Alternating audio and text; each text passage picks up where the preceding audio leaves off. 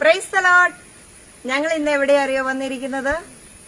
ഞങ്ങൾ വന്നിരിക്കുന്നത് യിരെമ്യാ പ്രവാചകന്റെ പുസ്തകം, ബൈബിളില് യിരെമ്യാ പ്രവാചകന്റെ പുസ്തകത്തില് യിരെമ്യാ പ്രവാചകനോട് ദൈവം പറയുന്നുണ്ട്, നീ കുശവന്റെ വീട്ടിലേക്ക് ചെല്ലാൻ, കുശവന്റെ ആലയിലേക്ക് ചെല്ലാന്. ആരായിരിക്കും കുശവൻ? കുശവൻ ആരാ? നമുക്ക് എല്ലാവർക്കും അറിയാം അല്ലേ? കളിമണ്ണ് കൊണ്ട് കലവും ചട്ടിയൊക്കെ ഉണ്ടാക്കുന്നവരെയാണ് അല്ലേ കുശവന്മാര്. എന്തിനായിരിക്കും യിരെമ്യാ പ്രവാചകനോട് ദൈവം കുശവന്റെ ആലയിലേക്ക് പോകാൻ പറഞ്ഞത്? ഇത് അപ്പൂസ്, ഇത് അമ്പിളിക്കുട്ടി, നമുക്ക് പോയാലോ കുശവന്റെ ആലയിലേക്ക്? നമുക്ക് പോകാം. അപ്പൊ എന്തിനാണ് യിരെമ്യാ പ്രവാചകനോട് അങ്ങനെ പറഞ്ഞ്? നമുക്ക് നോക്കാം. അവിടെ പോയിട്ട് കുറെ കാര്യം പഠിക്കാനുണ്ട്. പോകാം. ഓക്കെ, എന്നാ എല്ലാവരും ഞങ്ങളുടെ കൂടെ പോരൂ.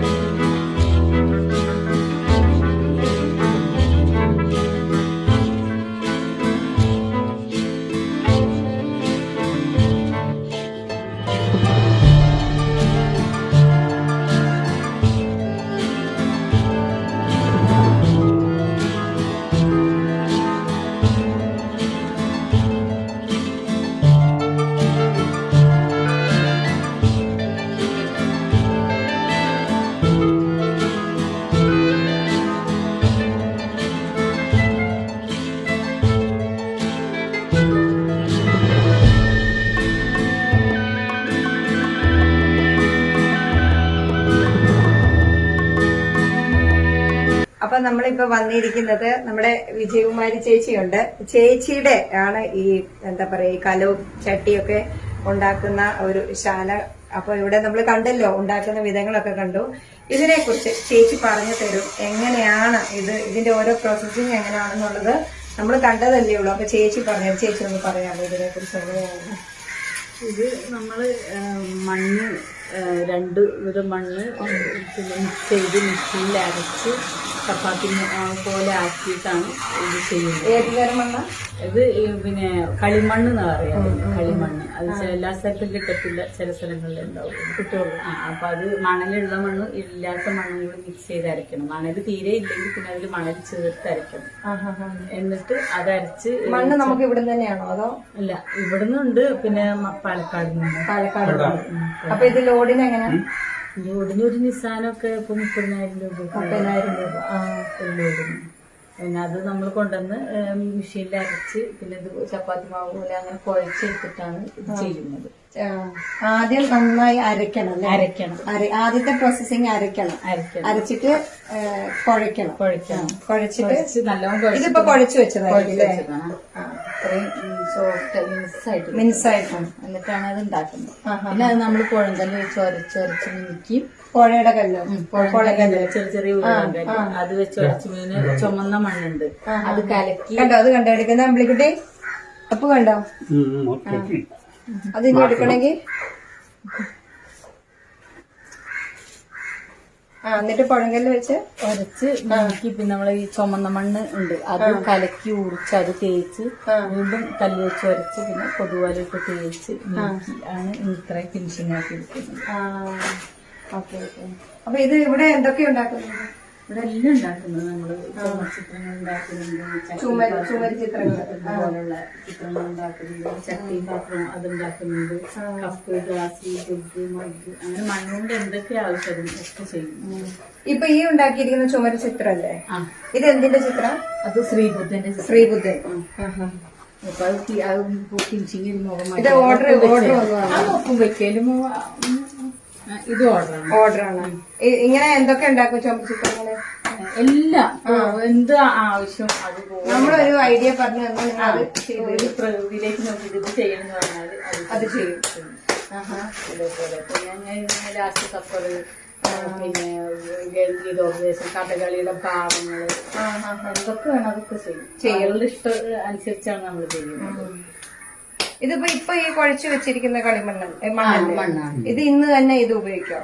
ഇന്ന് തന്നെ ഉപയോഗിച്ചില്ലെങ്കിൽ പിന്നെ നമ്മൾ കവറിലിട്ട് മൂടി വെച്ചാൽ നാളെ ഉപയോഗിക്കാം. ഉണങ്ങരുത്, ഉണങ്ങാൻ പാടില്ല. ഓക്കെ. ഉണങ്ങി കഴിഞ്ഞാൽ പിന്നെ നമുക്കത് ഉപയോഗിക്കാൻ പാടില്ല. ആണല്ലേ ശ്രീബുദ്ധന്റെ ഇതാണ്.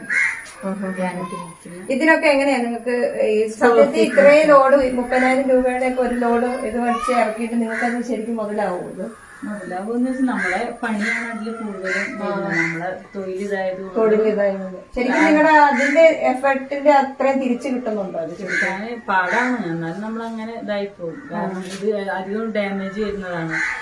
കുട്ടികളൊക്കെ ആണെങ്കിൽ അത് അടിച്ച് അധികം അതിന് ഡാമേജ് വരത്തില്ല. ഇത് നമുക്ക് 10 പീസ് ചെയ്താൽ 4 പീസും ഡാമേജ്, 6 പീസ് നമുക്ക് കിട്ടുള്ളൂ.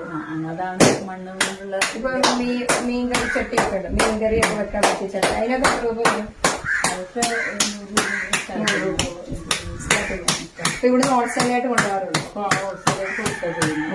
ഇവിടെ ഹോൾസെയിൽ ഓർഡർ അപ്പൊ ഒത്തിരി സന്തോഷം ഇത്രയും നേരം ഞങ്ങൾക്ക് കാര്യങ്ങളെല്ലാം പറഞ്ഞു തന്നു, മനസ്സിലാക്കി തന്നതില്. കാരണം ബൈബിളിൽ ഒരു വാക്കുണ്ട്, അത് പ്രകാരമാണ് ഞങ്ങൾ ഇവിടെ വന്നത്. ബൈബിളില് ഇരമ്യാവ് എന്ന് പറഞ്ഞ ഒരു പ്രവാചകനുണ്ട്. അപ്പൊ പ്രവാചകനോട് പറയുന്നുണ്ട് കൃഷ്ണന്റെ ആലയിലേക്ക് പോകാന്. അപ്പൊ അവിടെ ചെല്ലുമ്പോ പല കാര്യങ്ങള് കാണാം. അപ്പൊ എന്താണെന്നുള്ളത് നമുക്ക് വന്നാലല്ലേ മനസ്സിലാകാൻ പറ്റുള്ളൂ. അപ്പൊ ഞങ്ങൾ ഇവിടെ വന്നിട്ട് പല കാര്യം പഠിച്ചു. അപ്പൊ ഇതിൽ കൂടെ ദൈവത്തിന് നമ്മളെ കുറിച്ച് ഒരു കാര്യങ്ങൾ ഉദ്ദേശങ്ങളുണ്ട്. ആ കൃഷ്ണന്റെ ആലയം ചെന്നാലും നമുക്ക് പഠിക്കാൻ പറ്റും. അപ്പൊ ഇന്ന് ഇത് വന്നപ്പോൾ നമുക്ക് മനസ്സിലായി ഇതുപോലെ തന്നെ ദൈവം നമ്മുടെ കയ്യില് നമ്മുടെ ദൈവത്തിന്റെ ഒരു ഉദ്ദേശപ്രകാരം ദൈവം നമ്മളെ ആക്കിയെടുക്കും. അപ്പൊ അങ്ങനെ ഇപ്പൊ കണ്ടില്ല ഓരോ ഷേപ്പ് ആക്കുന്ന പോലെ ഭൂമിയിൽ ഓരോരുത്തരെ കുറിച്ച് ഓരോ രീതി ദൈവത്തിന് ഓരോ ഉദ്ദേശം, ഒന്നും വേസ്റ്റ് അല്ല അല്ലെ? ഇവിടുത്തെ എല്ലാ ഓരോ മണ്ണുകൊണ്ടും ഈ മണ്ണുകൊണ്ട് തന്നെ പല രീതിയിൽ അല്ലെ, പല ചട്ടി കലം ഒക്കെ ഉണ്ടാക്കുന്ന ഓരോ ദൈവം നമ്മളെ ഓരോരുത്തരുടെ പല ഉദ്ദേശത്തോടു കൂടി ഈ ഭൂമിയിൽ ആക്കിയിരിക്കുന്നു. നമ്മളൊന്നും വേസ്റ്റ് അല്ല എന്നുള്ളത് ഇവിടെ വന്നപ്പോൾ പഠിക്കാൻ പറ്റിയ ഒരുപാട് സന്തോഷം പറഞ്ഞു തന്നതില്. ഓക്കെ, ദൈവം അനുഗ്രഹിക്കട്ടെ.